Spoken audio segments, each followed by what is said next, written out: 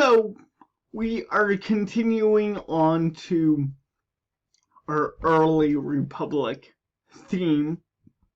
That's what this time period is known in American history. This is the early republic, the birth of our nation.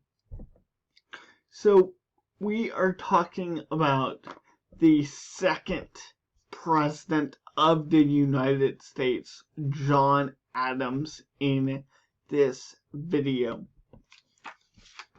I do have the paper copy of the notes. This is important because this came back from a search. That's creepy. This is important because if you go onto the 9-week APUSH prep programs website, link is in the description, you can actually find an annotated version of these notes done by me. There, scanned and uploaded to that resource. So if you want to check that out, go right ahead. So today in part 1 of this video, we are going to talk about two things. This really credits his presidency, the XYZ affair. And most of you guys have already talked about these concepts in middle school, but we are going to take it a step farther.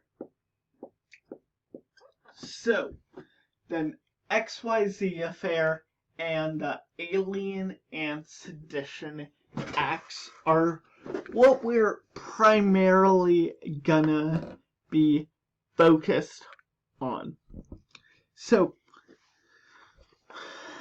the signing of the Jay's Treaty, which settled violations of the Treaty of Paris and averted the threat of war with England, induced angry reactions from both American and European politicians.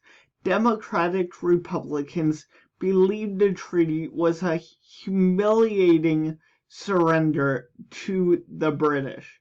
French leaders, meanwhile, viewed it as a step towards forming a union with the enemy, a flagrant breach of the Franco-American Treaty of 1778. However, an unexpected consequence of the pro-federalist, pro-British treaty was that it motivated Spain to negotiate with the United States and cede the panhandle of Florida to the Americans. The treaty also permitted free navigation of the Mississippi River, a boon to Westerners, a growing component of the Democratic Republican constituency. So the pro-British politicians in America did the anti-British politicians in America and France did not agree with the main stance of America, which was very pro-British. And this was seen with the signing of the Jay's Treaty because that treaty was very pro-British. When John Adams took the presidential oath in 1797, he inherited several problems from George Washington's administration, including strained relations with France. In retaliation for John Jay's agreement with England, French forces plundered more than 300 American ships.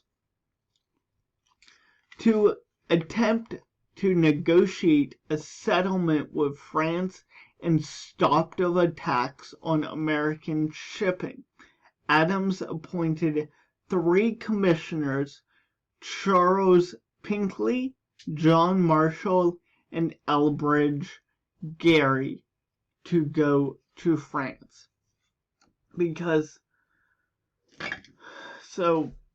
America, USA.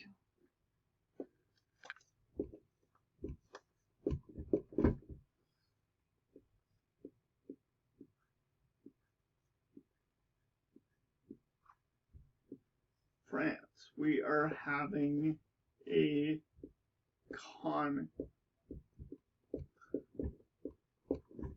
basically a conflict over foreign policy, right?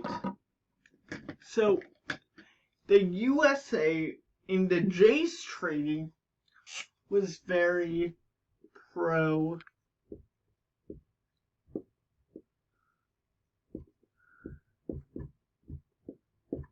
British.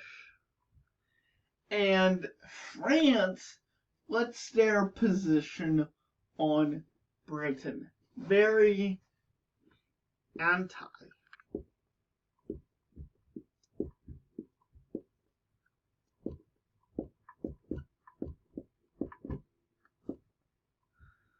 They did not like Britain that well. It started with encroaching on their turf during the French and Indian War, the American Revolution, and now the French independence movement. So because the US and France had 2 different standings when it came to British affairs, they got into conflict with one another. So the trio experienced a hostile environment when they arrived in France. Instead of speaking directly with foreign ministers Talleyrand, they communicated through 3 French agents, whom the commissioners labeled X, Y, and Z in their report to Congress. The agents insisted that before negotiations could begin, the Americans were to pay a $250,000 bribe and a $12 million loan. While bribery was commonplace in 18th century politics, Talleyrand's demands were too high for merely a pledge to negotiate. Pinckney rejected the terms and told the French agents, no, not a 6-piece. The incident became known as the XYZ affair. So they got to France, expecting to negotiate terms with a foreign minister. But instead, they got introduced to 3 agents, basically demanding a bribe before negotiations can even start. When the commissioners' report to Congress was made public, citizens were frustrated about the French's misbehavior. Even the most loyal Democratic Republicans who had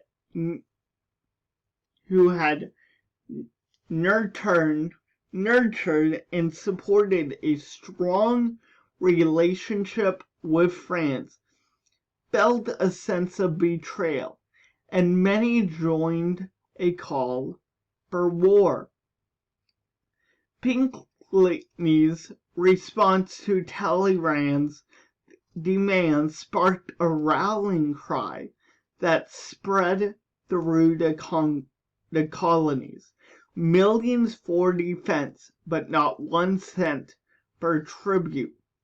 Fueled by Federalist politicians eager for a fight, the war campaign garnered more support.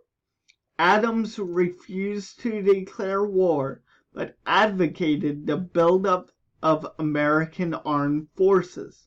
Congress stopped commercial trade with France, renounced the alliance of 1778, tripled the size of the army, and created a Navy Department with an order for the construction of 40 warships. Adams lured George Washington out of retirement to lead the military, and at the insistence of the general, named Alexander Hamilton as second in command. For the next 2.5 years, American privateers teamed with the reinforced Navy to attack French shipping and capture nearly 90 French vessels. So, I don't know if you guys got the message, but this is becoming the footing behind the War of 1812. This is the beginning of the lead up to the War of 1812. So that's it for the XYZ affair.